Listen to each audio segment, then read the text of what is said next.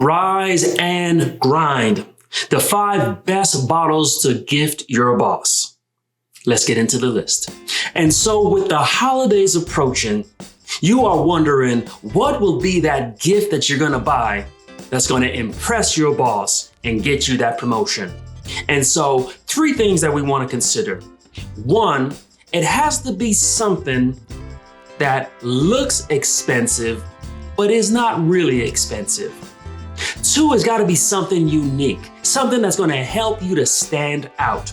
You can't gift your boss something that he can get at the grocery store. The 3rd thing is it's got to be something that's easy to drink. It can't be too peaty or too high in proof. It's got to be an easy sipper. And so we've got 5 great bourbons that you can use to stand out in this holiday season. And so our first bourbon is E.H. Taylor. This is a bourbon that seems very expensive. It comes in this great presentation. It's rare, it's hard to come by. But if you can find it, you can net this for about $70. This bourbon has notes of caramel, butterscotch. This is an amazing pour. And this is my favorite bourbon to have with a cigar. This bourbon can and will get you that promotion. E.H. Taylor, small batch. Our next bourbon on the list is Knob Creek 12 Year. As you know, I am a big fan of Knob Creek 9 Year. But we are trying to impress our boss. And so we've got to step it up. We've got to get something that he may have not have seen before. We are going to get something that she may not have had before. Knob Creek 12 Year. Just that extra 3 years of aging makes it so much more smoother, so much more rich. And so we go from the typical Knob Creek flavors and notes of maple and brown sugar and molasses. And now with the extra aging, we're going to get some leathered fruit. We're going to get some vanilla. This bottle can be had for about $70, and this is going to help you to stand out in the holiday season. Knob Creek 12 Year. Our next bottle to impress your boss is Hibiki Suntory Whiskey Japanese Harmony. This bottle is a beautiful presentation. This is Japanese whiskey. This is different. It's similar to Scotch, but it's a lot more drinkable. You're going to get notes of honey, white chocolate. This is going to be something that your boss may have heard of, but has never had. Hibiki Japanese Harmony. This bottle goes for about $70, and this will help you to stand out. Our next bottle is Eagle Rare. And so I've talked about this one before. This is an amazing pour.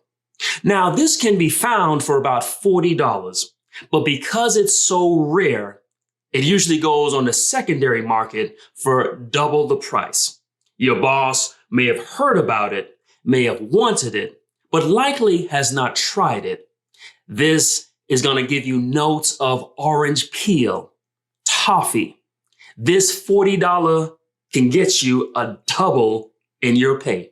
And our last bottle on the list today, this is Frey Ranch. This is the single barrel. Why will this get you that promotion? Why will this impress your boss? Several reasons. 1, it's not too expensive, but it seems expensive. This is an $80 bottle. This is unique. Your boss has probably not heard about this. This comes from a distillery out in Nevada. And so with this, you're going to get notes of citrus, caramel. This amazing pour is going to stand out because this is what is called a 4-grain whiskey. This has all the flavors that you need. And again, this is unique. And this is going to help you to separate yourself from the other coworkers, from the other representatives. This bottle would help you to impress your boss during the holiday season. Frey Ranch Single Barrel. And so today, for our conversation, I want to talk about defining yourself. There's an expression that it doesn't matter what people call you. What matters is what do you answer to? And so the coworkers, your friends, your family, people on social media, society may be trying to call you something, trying to place labels on you. But you've got to rise and grind every single day. You've got to say that I am who I say I am. I'm not what they say about me in the break room. I am not what they say about me at the Thanksgiving dinner. I define me.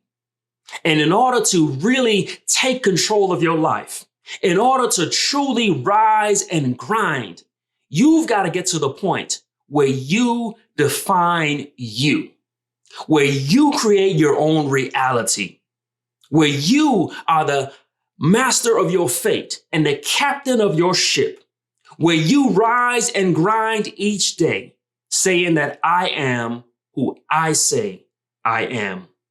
Not who they say I am, but I define myself. Let us finish this conversation in the chat. How do you define yourself? How do you stand up to the critics and the naysayers? How do you define who you are? Comment, like, subscribe.